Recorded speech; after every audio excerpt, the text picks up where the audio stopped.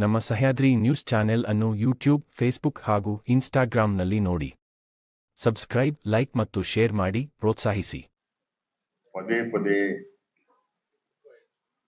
ಸುಳ್ಳು ಮಾಹಿತಿಯನ್ನ ಯಾಕೆ ಕೊಡ್ತಾರೆ ಅನ್ನೋದು ದೊಡ್ಡ ಪ್ರಶ್ನೆ ಆಗಿದೆ. ಅದು ಅಂದ್ರೆ ಪತ್ರಿಕೆಯಲ್ಲಿ ವರದಿ ಆಗಿರೋ ಹಾಗೆ 2004ರಲ್ಲಿ ನಡೆದಂತ ಚುನಾವಣೆಯ ಪ್ರಸ್ತಾವವನ್ನು ಮಾಡಿದ್ದಾರೆ. ಮಧು ಬಂಗಾರಪ್ಪನವರು ಚೇಲಾಗಳು ಅಂದಿದ್ದಾರೆ ಅನ್ನೋಂತ ಅಂಶ ಇಟ್ಟುಕೊಂಡು ಅದೇ ಬಿಜೆಪಿಯ ಚೇಲಾಗಳೇ ಬಂಗಾರಪ್ಪನವ್ರನ್ನ ಗೆಲ್ಲಿಸಿದ್ದು ಅನ್ನಂತ ಒಂದು ಮಾತನ್ನ ಹೇಳಿದ್ದಾರೆ. 2004ರಲ್ಲಿ ಬಿಜೆಪಿ ಅಭ್ಯರ್ಥಿ ರಾಘವೇಂದ್ರ ಅವರು ರಾಜಕೀಯದ ವ್ಯಾಪ್ತಿಯಲ್ಲೇ ಇರಲಿಲ್ಲ. 2004ರಲ್ಲಿ ಅವತ್ತಿನ ದಿವಸ ಬಂಗಾರಪ್ಪನವ್ರನ್ನ ಗೆಲ್ಲಿಸಿದ್ದಲ್ಲ, ಬಂಗಾರಪ್ಪನವರು ಬಿಜೆಪಿ ನಮ್ಮವರೆಲ್ಲರೂ ಗೆಲ್ಲಿಸಿದ್ರು. 2000ರಲ್ಲಿ ಚುನಾವಣೆ ನಡೆದಾಗ ಬಂಗಾರಪ್ಪನವರ ರಾಜಕೀಯ ತಂತ್ರಗಾರಿಕೆಯ ಕಾರಣದಿಂದಾಗಿ ಸನ್ಮಾನ್ಯ ಯಡಿಯೂರಪ್ಪನವರು ಸೋತೂರಲ್ಲಿ ಮಹಾಲಿಂಗಪ್ಪ ಗೆದ್ದರು, ಶಿವಮೊಗ್ಗದಲ್ಲಿ ಈಶ್ವರಪ್ಪ ಸೋತರು, ಪಾರ್ಲಿಮೆಂಟ್ ಅಲ್ಲಿ ನಾನ್ ಸೋತೆ. ಈ ಸೋಲು ಅವತ್ತಿನ ಬಿಜೆಪಿಯ ನಾಯಕರನ್ನ ಧೃತಿಗೆಡಿಸಿದೆ. ಯಡಿಯೂರಪ್ಪನವರು MLC ಆಗ್ಬೋದು, ಈಶ್ವರಪ್ಪ ರೇಷ್ಮೆ ಮಂಡಳಿಯ ಅಧ್ಯಕ್ಷರಾಗಿ ಹೋದರು ಮತ್ತು ಲೋಕಸಭೆ ಚುನಾವಣೆ ಒಟ್ಟಿಗೆ ಬಂತು. ಈ MLA ಸೋತರು ಅನ್ನೋ ಕಾರಣಕ್ಕಾಗಿ ನನ್ನ ಮತಗಳು ಕುಸಿದು ಪಾರ್ಲಿಮೆಂಟ್ ಅಲ್ಲಿ ನಾನು ಸೋತೆ, ವಿಧಾನಸಭೆಗಳು ಸೋತ. ಹಾಗೆ ಕೇವಲ ತೀರ್ಥಹಳ್ಳಿಯ ಒಂದು ಕ್ಷೇತ್ರ ಜ್ಞಾನೇಂದ್ರ ಮಾತ್ರ ಗೆದ್ದಿದೆ. ಈ ಕಾರಣದಿಂದ ರಾಜಕೀಯವಾಗಿ ಧೃತಿಗೆಟ್ಟಂತ ನಾಯಕರುಗಳು ಬಂಗಾರಪ್ಪನವರನ್ನ ಅನಂತಕುಮಾರ್ ಮೂಲಕ ಹಿಡಿದು 2004 ಚುನಾವಣೆ ಬಂದಾಗ ತಮ್ಮ ರಾಜಕೀಯದ ಭವಿಷ್ಯಕ್ಕೆ ಮತ್ತೊಮ್ಮೆ ಪೆಟ್ಟು ಬೀಳಬಾರದು ಅಂತ ಬಂಗಾರಪ್ಪನ ಬಿಜೆಪಿಗೆ ಕರ್ಕೊಂಡು ಬಂದ. ರಾಘವೇಂದ್ರ ಅವರು ಹೇಳೋ ಹಾಗೆ 2004ರಲ್ಲಿ ಬಿಜೆಪಿಯ ಕಾರ್ಯಕರ್ತರು ಅಂದ್ರೆ ಚೇಲಾಗಳನ್ನ ಪದ ಉಪಯೋಗಿಸಿದ್ದಾರೆ. ಅವರು ಬಂಗಾರಪ್ಪನ ಗೆಲ್ಲಿಸಿದ್ದಲ್ಲ, ಅವತ್ತಿನ ದಿವಸ ಇಡೀ ಪಕ್ಷ ಜಿಲ್ಲೆಯಲ್ಲಂತೂ ಸನ್ಮಾನ್ಯ ಯಡಿಯೂರಪ್ಪನವರು ಈಶ್ವರಪ್ಪನ ಆದಿಯಾಗಿ ಒಂದ್ ರೀತಿಯ ಶರಣಾಗತಿ, ರಾಜಕೀಯ ಶರಣಾಗತಿ. ಬಂಗಾರಪ್ಪನವ್ರು ಕರ್ಕೊಂಡು ಬಂದು ಅವ್ರಿಗೆ MP ಸೀಟ್ ಕೊಟ್ಟರು, ನನ್ನನ್ನ ಕೈ ಬಿಟ್ರು. ಸೊರಬ ಬಂಗಾರಪ್ಪನವ್ರ ಪಕ್ಷಕ್ಕೆ, ಅಲ್ಲಿ ಮಧು ಬಂಗಾರಪ್ಪ ಸ್ಪರ್ಧೆ ಮಾಡಿದ್ರು. ಬಂಗಾರಪ್ಪ ಬಿಟ್ಕೊಟ್ಟ ಸೀಟಲ್ಲಿ ಸ್ಪರ್ಧೆ ಮಾಡೋ ಸ್ಥಿತಿ ಬಿಜೆಪಿಗೆ ಬಂತು. ಆ ಸಂದರ್ಭದಲ್ಲಿ ಕೇವಲ 3 ಸ್ಥಾನ ಬಂಗಾರಪ್ಪ ಬಿಟ್ಕೊಟ್ಟದ್ದು. ಮೊದಲು 2, ಅದು ಶಿವಮೊಗ್ಗ ಈಶ್ವರಪ್ಪರಿಗೆ, ಶಿಕಾರಿಪುರ ಯಡಿಯೂರಪ್ಪನವರಿಗೆ. ಅವಾಗ ಸಂಘಟನೆ ಬಹಳ ಒತ್ತಡ ಬಂತು ಅಂತ ತೀರ್ಥಹಳ್ಳಿ ಅನ್ನುವಂಥ ಈ 3 ಸ್ಥಾನವನ್ನ ಬಿಜೆಪಿ ಇಟ್ಕೊಂಡು ಪಾರ್ಲಿಮೆಂಟ್ ಸ್ಥಾನದಿಂದ ಹಿಡಿದು ಎಲ್ಲ ಅಸೆಂಬ್ಲಿಯನ್ನು ಬಂಗಾರಪ್ಪನವರಿಗೆ ಒಪ್ಪಿಸ್ಬಿಟ್ಟಿದ್ರು. ಮಾನಸಿಕ ಸ್ಥಿತಿ ಹೇಗಿತ್ತು ಅಂದ್ರೆ ಶಿಕಾರಿಪುರ ಶಿವಮೊಗ್ಗ 2 ಗೆದ್ರೆ ಸಾಕು ಅನ್ನುವಂತ ಮನಸ್ಥಿತಿ. ಅವತ್ತು ನನ್ನನ್ನ ರಾಜಕೀಯವಾಗಿ ಕೈ ಬಿಡಲಾಗಿತ್ತು. ಬಂಗಾರಪ್ಪನವರ ಕಾರಣದಿಂದಾಗಿ ಇವೆಲ್ಲ ಗೆಲುವಾಯ್ತು. ಬಂತು ಅಷ್ಟು ಸ್ಥಾನಗಳು. ಭದ್ರಾವತಿ ಒಂದು ಸೋದರು, ಇನ್ನು ಬಾಕಿ ಅಂತೆ ಹರತಾಳ ಹಾಲಪ್ಪ ಬಿಜೆಪಿ ಹೆಸರು ಗೆದ್ರು, ಗೋಪಾಲಕೃಷ್ಣ ಗೆದ್ರು, ಸೊರಬ ಸೋಲ್ತು, ಅಲ್ಲಿ ಕುಮಾರ್ ಗೆದ್ರು, ಬಂಗಾರಪ್ಪನವ್ರು ಗೆದ್ರು. ಬಂಗಾರಪ್ಪನವರು ಬಂದ ನಂತರ ಸುಮಾರು 78-79 ಸ್ಥಾನಗಳಿಗೆ ವಿಧಾನಸಭೆ ಹೋಯಿತು. ಅದನ್ನು ನಾವು ಅಷ್ಟು ಸ್ಥಾನ ಗೆದ್ದಿರಲಿಲ್ಲ. ಬಿಜೆಪಿ ಒಂದು ಶಕ್ತಿ ಬೂಸ್ಟ್ ಬಂದದ್ದು ಆವಾಗ. ಅದರ ಅರಿವಿಲ್ಲದೆ ರಾಜಕೀಯದಲ್ಲೇ ಇರಲಿಲ್ಲ ಇವರು. ರಾಘವೇಂದ್ರ ಅವರು ನಾವು ಬಿಜೆಪಿಯ ಕಾರ್ಯಕರ್ತರು ಗೆಲ್ಲಿಸಿದ ಬಂಗಾರಪ್ಪನವರು ಬಿಜೆಪಿ ಎಲ್ಲರನ್ನೂ ಗೆಲ್ಲಿಸಿಕೊಟ್ರು. 79 ಸ್ಥಾನಕ್ಕೆ ಹೋದ್ವಿ. ಅವಾಗಿದ್ದಂತ ಪರ್ಸೆಂಟೇಜು 7% ಅಷ್ಟು ಜಾಸ್ತಿ ಆಯ್ತು ರಾಜ್ಯದಲ್ಲಿ. ಬರೀ ಶಿವಮೊಗ್ಗ ಮಾತ್ರ ಅಲ್ಲ, ನಾನು ಬಿಟ್ಟು ಮೊದಲನೇ ಬಾರಿ ಅವಾಗ ನಾನು ಕಾಂಗ್ರೆಸ್ಗೆ ಹೊರಟೋದೆ. ನನ್ನ ನೆನಪಿರಂಗೆ ಕಿಮ್ಮನೇನು ಕೂಡ ಮೊದಲನೇ ಬಾರಿಗೆ ಅವಾಗ ಕಾಂಗ್ರೆಸ್ಗೆ ಬಂದ್ರು. ಕುಮಾರ್ ಬಂಗಾರಪ್ಪ ಅವರು ನಮ್ಮ ಜೊತೆಗೆ ಕಾಂಗ್ರೆಸ್ಗೆ ಬಂದ್ರು. ರಾಜಕೀಯ ಪಲ್ಲಟವೇ ಆಗಿತ್ತು. ಆದ್ರೆ ಬಿಜೆಪಿ ನಾಯಕರಿಗೆ ಗೊತ್ತಿತ್ತು, ಸ್ವಲ್ಪ ಕಿರಿಕಿರಿ ಮಾಡಿದ್ರೆ ಬಂಗಾರಪ್ಪನವ್ರು ರೇಗಿಸಿದ್ರೆ ಅವ್ರ ಪಾರ್ಟಿ ಬಿಟ್ಟು ಹೋಗ್ತಾರೆ ಅಂತ ಗೊತ್ತಿತ್ತು. ಹಾಗಾಗಿ ಬಂಗಾರಪ್ಪನವರು ಬಹಳ ಜನ ಬಿಜೆಪಿ ಒಳಗಡೆ ಸಾಧ್ಯ ಆಗಿ ಹೊರಗೆ ಹೊರಟವ್ರು. ಮತ್ತೆ ನಾನು ಅವಾಗ ಹೊರಗೆ ಹೋದಾಗ ಕಾಂಗ್ರೆಸ್ ಇಂದ ನಾನು ಲೋಕಸಭಾ ಅಭ್ಯರ್ಥಿ, ಬಂಗಾರಪ್ಪನವರು ಅವಾಗ ಸಮಾಜವಾದಿಗೆ ಹೋದ್ರು ಅಂತ ನೆನಪು. ಭಾನುಪ್ರಕಾಶ್ ಬಿಜೆಪಿ. ಬಂಗಾರಪ್ಪನವರು ನನ್ನ ಮಧ್ಯೆ ಕೇವಲ 15,000 ಮತಗಳ ಅಂತರ. ಬಿಜೆಪಿ ಥರ್ಡ್ ಪ್ಲೇಸ್ ಹೋದ್ಮೇಲೆ ಮತ್ತು ಸನ್ಮಾನ್ಯ ಯಡಿಯೂರಪ್ಪನವರು ನನ್ನ ವಾಪಸ್ ಬಾರಯ್ಯ ಅಂತ ಕರೆದು ನನ್ನ ಅವರ ಮಧ್ಯೆ ಇದ್ದಂತ ಕಾರಣಕ್ಕಾಗಿ ಅವ್ರು ನಾನು ವಾಪಸ್ಸು ಬಂದಿದ್ದೆ.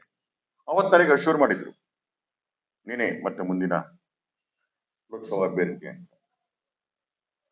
ರಾಘವೇಂದ್ರ ರಾಜಕೀಯ ಇತಿಹಾಸ ಗೊತ್ತಿರ್ಲಿಲ್ಲ ಕಾರಣ ಹೇಳ್ತಾ ಇದ್ದೇನೆ. ಬಲವಂತದಲ್ಲಿ ಆಟದಲ್ಲಿ ಈಶ್ವರಪ್ಪ ಹೇಳಿದ್ರು, ದೇವಸಾಗಿ ನನ್ನ ಪರವಾಗಿ ಮಾತಾಡಿದ್ದು, ಬೇಡ ಸರ್ ಭದ್ರಾವತಿಗೆ ಯಾಕೆ ಆಯ್ಕೆ ಮಂಡಳಿ ಆಗ್ತಿದೆ, ರಾಜಕೀಯ ಪುಲಿ ಕೊಟ್ಟಂಗೆ ಆಗ್ಬಿಡುತ್ತೆ ಅನ್ನಂತ ಮಾತನ್ನು ಈಶ್ವರಪ್ಪರು ಹೇಳಿದ್ರು. ಬಹುಶಃ ಅವ್ರಿಗೆ ನೆನಪಿರಬಹುದೇನೋ. ಒತ್ತಡಕ್ಕೆ ನಾನು ನಿಂತೆ.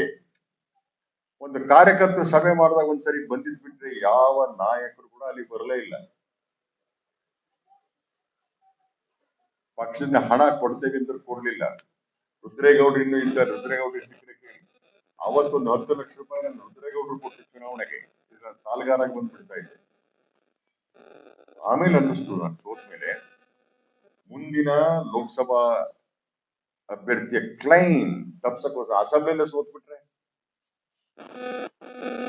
ಹಾಗೆ ನನ್ನ ಸೋಲಿಸಿದ್ರು. ಸೋತೆ ಅನ್ನೋದಕ್ಕಿಂತ ರುದ್ರೇಗೌಡರಿಗೆ ಕೊಡೋದು ಅಂತ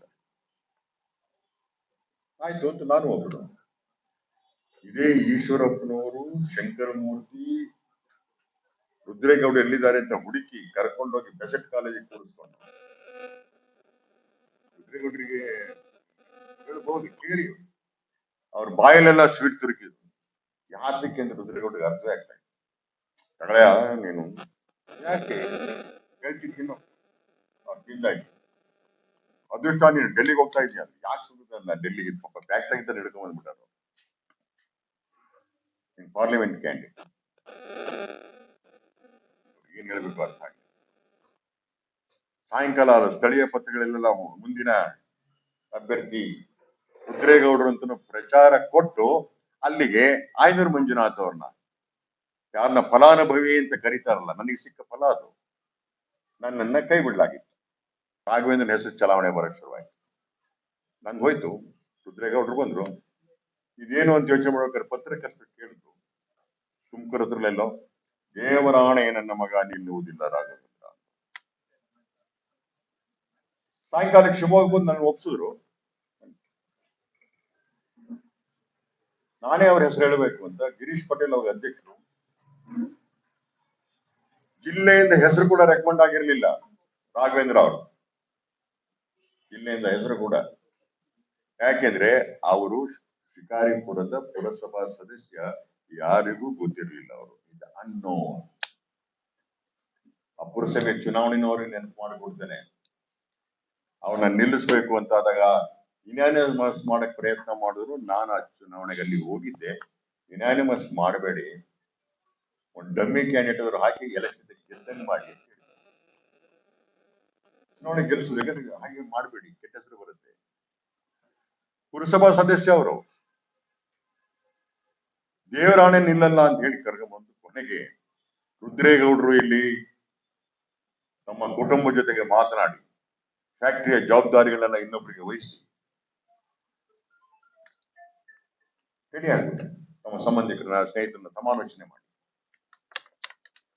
ಅಷ್ಟೇ. ರುದ್ರೇಗೌಡರು ಕಾಯ್ತಾನೆ ಇದ್ರೆ ಮತ್ತೊಂದ್ ಸಾರಿ ರುದ್ರೇಗೌಡರು ಎಲ್ಲಿದ್ದಾರೆ ಅಂತ ಫೋನ್ ಕೂಡ ಬರ್ಲಿಲ್ಲ. ನನಗೆ ಕರೆದು ಮಾತಾಡಿದ್ರು. ನಾನೇ ಇದೇ ಸರ್ಕಿಟ್ ಹೌಸ್ ಒಳಗೆ ಈಶ್ವರಪ್ಪ, ನಾನು, ಭಾನುಪ್ರಕಾಶ್, ಪಟ್ಟಾಭಿರಾಮ್ ಎಲ್ಲರೂ ಕೂತು ಮಾಡ್ಬೇಕಾದ್ರೆ ಎಲ್ಲರೂ ಒಂದು ಪ್ರಶ್ನೆ ಇಲ್ಲ, ನಮ್ಮ ಪಕ್ಷದೊಳಗೆ ಮಕ್ಕಳಿಗಿಲ್ಲ ಅನ್ನೋದಿತ್ತು. ಆದ್ರೆ ನನ್ನನ್ನ ಯಡಿಯೂರಪ್ಪ ಸಾಹೇಬರು ಒಪ್ಪಿಸ್ಬಿಟ್ಟಿದ್ರು. ನನ್ನ ಆರ್ಗ್ಯುಮೆಂಟ್ ಇಟ್ಟು ಮೊದಲನೇ ಬಾರಿ ಕೇಳಿದರೆ ಕೊಟ್ಬಿಡೋಣ ಅಂತ ಹೇಳಿ ಒಪ್ಪಿಸಿದವನು ನಾನು. ಎಲ್ಲರೂ ಇನ್ಕ್ಲೂಡಿಂಗ್ ಸಂಘದ ಹಿರಿಯರ ಹೆಸರುಗಳನ್ನ ಒಪ್ಪಿಸುದು ನಾವು. ರಾತ್ರಿ ಹೋಗಿ ಮತ್ತೆ ಯಡಿಯೂರಪ್ಪನವರಿಗೆ ಬೇಡ ಅಂತ ಹೇಳಿದ್ವಿ ನಾವು. ರಾಘವೇಂದ್ರ ಬೇಡ, ಅವರ ಹಠಕ್ಕೆ ಕೊನೆ ಮಾನ್ಯತೆ ಮಾಡಿ ಗಿರೀಶ್ ಪಟೇಲ್ ಕೈ ಲೆಟ್ರೆಟ್ ಹಿಡ್ಕೊಂಡ್ ಬಂದಿತ್ತು. ಅವರೆಲ್ಲ ಇನ್ನೂ ಇದ್ದಾರೆ, ಯಾಕಂದ್ರೆ ಅದಕ್ಕೆ ರಾಜಕೀಯವಾಗಿ ಇತಿಹಾಸ ದಾಖಲೆ ಎಲ್ಲರೂ ಆಗಲಿ ಅಂತ ಅಲ್ಲಿ ಕೂತು ಬರ್ಕೊಟ್ಬಿಡಪ್ಪ ಅವ್ರ ಹೆಸರಿನಂತ, ರಾಘವೇಂದ್ರನ ಹೆಸರು ಆಗ ಬರ್ಕೊಟ್ಟು. ಇನ್ನೂ ಬಹಳ ಡೀಟೇಲ್ ಮಾತುಕತೆಗೆ ನಾನು ಹೋಗುದಿಲ್ಲ. ಈಶ್ವರಪ್ಪ ಇವತ್ತೇನ್ ಹೇಳ್ತಾರೆ, ಮೋಸ ಮಾಡ್ತಿದ್ದಾರೆ, ಅನ್ಯಾಯ ಮಾಡ್ತಿದ್ದಾರೆ ಅಂತ. ಅದು ಇವತ್ತಿನ ಪರಂಪರೆನ ಈಶ್ವರಪ್ಪ ಗೊತ್ತಾಗಿರೋದು. ಕಾಂಗ್ರೆಸ್ನಾಗಿದ್ದು ನನ್ನ ಕರ್ಕೊಂಡು ಬಂದು ನನ್ನನ್ನು ಭದ್ರಾವತಿ ಫಂಡ್ ಕೊಡದೆ, ರುದ್ರೇಗೌಡರು ದುಡ್ಡು ಕೊಡದೆ ಇದ್ರೆ ನಾಲ್ಕಾರು ಹೆಂಗ್ ಬರ್ತಿದ್ದೆ. ಅದಾದ್ಮೇಲೆ ನನ್ನ ಹೊಡೆಯಕ್ಕೋಸ್ಕರ ಚೇಂಜ್ ಮಾಡಕ್ಕೆ ರುದ್ರೇಗೌಡ ಹೆಸರು ಬಿಟ್ಟು ರಾಘವೇಂದ್ರ. ಆದ್ರೂ ಕೂಡ ನಾವೆಲ್ಲ ಹೊಸ ಬೌಲರ್ ತಂದಿದ್ವಿ, ಏನೇನೋ ಬ್ಯಾಟ್ನ ಮಾಡುದು ನಾವು ವಿಕೆಟ್ ಬೀಳಿಸಕ್ಕೆ ಅಂತ. ಬಂಗಾರಪ್ಪನವರ ಪ್ರವೇಶದಿಂದಾಗಿ ನಮ್ಮ ಪಕ್ಷಕ್ಕೆ ಅಗಾಧವಾದ ಲಾಭ ಆಯ್ತು. ಅದುವರೆಗೂ ನಮ್ದು ಹೈಯೆಸ್ಟ್ ಇದ್ದದ್ದು 94 ನಾವು ಗೆದ್ದಾಗ 42. ಇಡೀ ರಾಜ್ಯದಲ್ಲಿ ಪ್ರಭಾವ ಆಯ್ತು. ಸುಮಾರು 78, 79 ಅಲ್ಲಿ ತನಕ ಹೋದದ್ದು ಬಂಗಾರಪ್ಪನವ್ರ ಬಗ್ಗೆ. ಈಗ ರಾಘವೇಂದ್ರ ಏನು ಇತಿಹಾಸ ಗೊತ್ತಿಲ್ಲ. ಬಂಗಾರಪ್ಪನವರ ಗೆಲ್ಲಿಸಿದ್ದು ಅದೇ ಬಿಜೆಪಿಯ ಚೀಲಗಳು ಅಂತ. ಆದ್ರೆ ಬಿಜೆಪಿ ಎಲ್ಲರನ್ನೂ ಗೆಲ್ಲಿಸಿದ್ಯಾರ ಒಂದು ಬಂಗಾರಪ್ಪ. ಸುಳ್ಳನ್ನು ಯಾಕೆ ಕೇಳ್ತಾ ಇದ್ದಾರೆ ಇವರು, ನನಗೆ ಅರ್ಥ ಆಗ್ತಾ ಇಲ್ಲ. ಯಾಕೆ ಕೇಳ್ತಾ ಇದ್ದಾರೆ?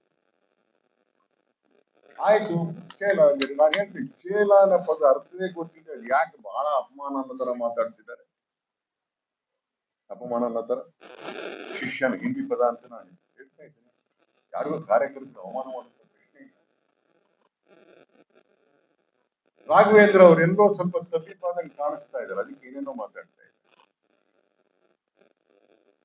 ಅವತ್ತಿದೇ ಈಶ್ವರಪ್ಪ, ಯಡಿಯೂರಪ್ಪನವರು ಸೇರಿ ನನಗೆ ಕಣ್ಣಿಗೆ ಚಂದ್ರಿಕೆ ಹಾಕೋದು ಅಂತ, ನಂಗೆ ರಾಜಕೀಯ ಚಂದ್ರಿಕೆ ಹಾಕಿ ರುದ್ರೇಗೌಡರು ಬಾಯಿ ಸ್ವೀಟ್ ಇಟ್ಟು ನನ್ನನ್ನು ತಪ್ಪಿಸಿದ್ರು. ಅವತ್ತು ಈಶ್ವರಪ್ಪನಿಗೆ ಅರ್ಥ ಇಲ್ಲ, ಇವತ್ತು ಅವ್ರಿಗೆ ಅರ್ಥ ಆಗ್ತಾ ಇದೆ. ಅವತ್ತು ಆಂಗನ ಮಂಜುನಾಥ್ ತಪ್ಪಿಸ್ಬೇಕಾದ್ರೆ ಸಾಥ್ ಕೊಟ್ಟಂತವ್ರು ಈಶ್ವರಪ್ಪ. ಈಗ ಮಗನಿಗೆ ಮಾಡಿದ್ರೆ ಅನ್ಯಾಯ. ಅವತ್ತು ಆಂಗನ ಮಂಜುನಾಥ್ಗೆ ಚಂದ್ರಿಕೆ ಹಾಕ್ಬೇಕಾದ್ರೆ ಇವರೇ ರುದ್ರೇಗೌಡರನ್ನ ಕರ್ಕೊಂಡು ಬಂದವರು ಹೋಗಿ ಶಂಕರ ಮೂರ್ತಿ ಇವರು. ಈ ಪರಂಪರೆ ನಡ್ಕೊಂಡ್ ಬಂದಿರೋದು ಈಶ್ವರಪ್ಪನಿಗೆ ಹೊಸ್ತಾ ಇದು. ಇವ್ರು ಬೇರೆ ಮಾಡಿದ್ರು, ಇದು ಮೊದಲನೇ ಬಾರಿ ಇವ್ರಿಗೆ ಹೊಡ್ತಾ ಬಿದ್ದಿದೆ ಅಷ್ಟೇ. ನನ್ನ ಫಲಾನುಭವಿಗಳು ಅಂತ ಹೇಳುವಂತವ್ರಿಗೆ ಇವ್ಯಾವು ಗೊತ್ತೇ ಇಲ್ಲ ಇವರಿಗೆ. ನಾನು ಕೂಡ ಹೇಗೆ ತಮ್ಮ ರಾಜಕೀಯ ಉಳಿವಿಗಾಗಿ ನನ್ನನ್ನು ಹಿಂಗೆ ಎತ್ತಿ ಕೈ ಬಿಟ್ರು ಬಂಗಾರಪ್ಪನಿಗಾಗುತ್ತೆ. ಇವೆಲ್ಲವನ್ನು ನೆನಪಿಸ್ತಿದ್ರೆ ಮತ್ತಾರಿಗೂ ಗೊತ್ತಾಗಲ್ಲ ಇದು ಹೇಗೆ ನಡೀತಾ ಇದೆ ಅಂತ. ಈಶ್ವರಪ್ಪನಿಗೆ ಈಗ ಅನಿಸ್ತಾ ಇದೆ, ಅಪ್ಪ ಮಗ ಸುಳ್ಳು ಹೇಳ್ತಿದ್ದಾರೆ, ಅಪ್ಪ ಮಗ ಮೋಸ ಮಾಡಿದ್ರು. ಇವೆಲ್ಲವೂ ಇವತ್ತು ಹೇಳ್ತಾ ಇದ್ದೀವಿ. ಅವೆಲ್ಲವೂ ತಕ್ಕ ಮಟ್ಟಿಗೆ ಸತ್ಯ, ಅದಕ್ಕೇನು ಅನುಮಾನಗಳಿಲ್ಲ. ಆದ್ರೆ ಇದು ಅನುಭವ ಬಂದಿದ್ದು ಯಾವಾಗ ಅಂದ್ರೆ, ಅವರಿಗೆ ಅವರ ಮಗನಿಗೆ ಪೆಟ್ಟು ಬಿದ್ದಾಗ, ಕಂಡವರ ಮಗನಿಗೆ ಪೆಟ್ಟು ಬಿದ್ದಾಗ ಒಂದ್ ಅಕ್ಷರ ಮಾತಾಡ್ಲಿಲ್ಲ ಈ ವೀರಾದಿವೀರ ಈಶ್ವರಪ್ಪ. ಒಂದ್ ಅಕ್ಷರ ಮಾತಾಡ್ಲಿ. ಹಾಗಾಗಿ ಪದೇ ಪದೇ ಸುಳ್ಳು ಹೇಳಕ್ ಹೋಗಿ ಸಿಗಾಕೊಳ್ಳೋದು ಬೇಡ. 2009ರವರೆಗೆ ಅನ್ನೋನ್ ಆಗಿದ್ದಂತ ರಾಘವೇಂದ್ರ ಅವ್ರನ್ನ ಎಲ್ಲದನ್ನು ಮರೆತು ಅವತ್ತು ಗೆಲ್ಲಿಸೋ ಪ್ರಯತ್ನ ಮಾಡಿದ್ದೆ. ಇವತ್ತು ನನ್ನ ಪ್ರಶ್ನೆಗಳಿಗೆ ಉತ್ತರಿಸಕ್ಕಾಗಿಲ್ಲ ಅವ್ರಿಗೆ. 4-5 ಪ್ರಶ್ನೆ ಕೇಳಿದ್ರು, ಎಂಟು ಉತ್ತರಿಸ್ಬೇಕಲ್ಲ ಅವರು. ಪುನಃ ಕೇಳ್ತಾ ಇದ್ದೀನಿ, ಡಾಕ್ಟರ್ ಸರ್ಜಿ ಅವರೇ, ರುದ್ರೇಗೌಡ್ರೆ, ನನ್ನ 4-5 ಪ್ರಶ್ನೆಗೆ ಉತ್ತರ ಕೊಡಿ. ಕೊಟ್ರೆ ನಿಮ್ಮ ಬಂಡವಾಳದಾರ ಹೊರಗಡೆ ಗೊತ್ತಾಗ್ತದೆ. ಅವ್ರಿಗೆ ಬಿಡುದಲ್ಲ, ನಿಮ್ಮ ಪಕ್ಷದ ಅಭ್ಯರ್ಥಿಯ ಬಂಡವಾಳದ ಹೊರಗೆ ಗೊತ್ತಾಗುತ್ತೆ.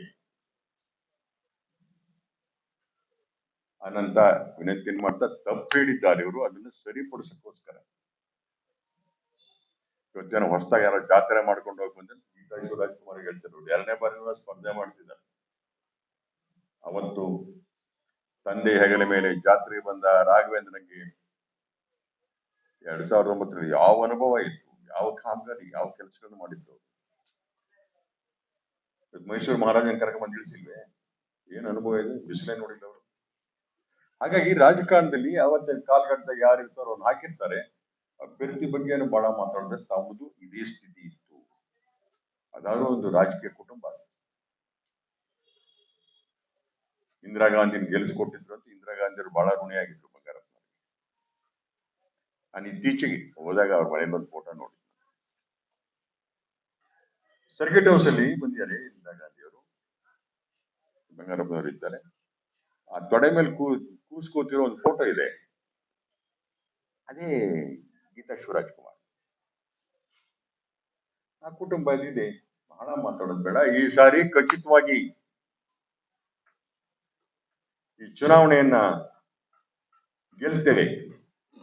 ಹೇಗೆ ಅವತ್ತು ನಿಮ್ಮನ್ನ 50,000 55,000 ಮೊದಲನೇ ಬಾರಿ ಗೆಲ್ಲಿಸಲಾಯ್ತೋ ಅದಕ್ಕಿಂತ ಜಾಸ್ತಿ ಮತಗಳ ಅಂತರದಲ್ಲಿ ಗೀತಾ ಶಿವರಾಜ್ಕುಮಾರ್ ಗೆಲ್ತಾರೆ.